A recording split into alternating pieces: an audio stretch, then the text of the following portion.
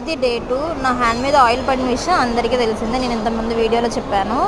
కొంచెం వంట చేసేటప్పుడు చాలా చాలా చాలా చాలా జాగ్రత్తగా ఉండండి. రెండో రోజుకి కొంచెం నా హ్యాండ్ హోల్డింగ్కి వస్తుందనమాట. అంతకుముందైతే ఏళ్ళన్నీ వాచిపోయి ఎర్రగా కందిపోయి నీళ్ళ బొబ్బులు వచ్చేసినాయి. కొంచెం క్రీమ్స్ అవి రాయడం వల్ల, కూలింగ్ క్రీమ్స్ రాయడం వల్ల కొంచెం కొన్ని చోట్ల వాటర్ బబుల్స్ తగ్గినాయి, కానీ ఇంకా 3-4 అలాగే ఉన్నాయి, వాటర్ బబుల్స్ ఉన్నాయి అనమాట. కొంచెం వంట చేసేటప్పుడు హ్యాండ్ ప్రాబ్లంగా ఉంటుందని చెప్పి, మంట పుడుతుందని చెప్పి వంటకి బాయ్ చెప్పేసాను ఒక 2 days. అందుకని చెప్పి మా ఇంటి దగ్గర హోటల్ ఉంది, ఆ హోటల్కి భోజనానికి వచ్చాను అనమాట. ఇది 130 రూపీస్ తీసుకున్నారు.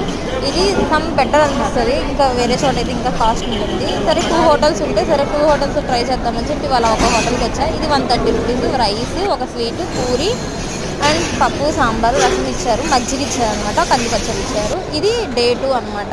ఇంకో హోటల్ ఉందని చెప్పాను కదా, ఆ హోటల్కి ఇదైతే చాలా చాలా బెస్ట్ అండి. ఇది 150 రూపీస్ మాత్రమే. మీకు ఏది నచ్చిందో కామెంట్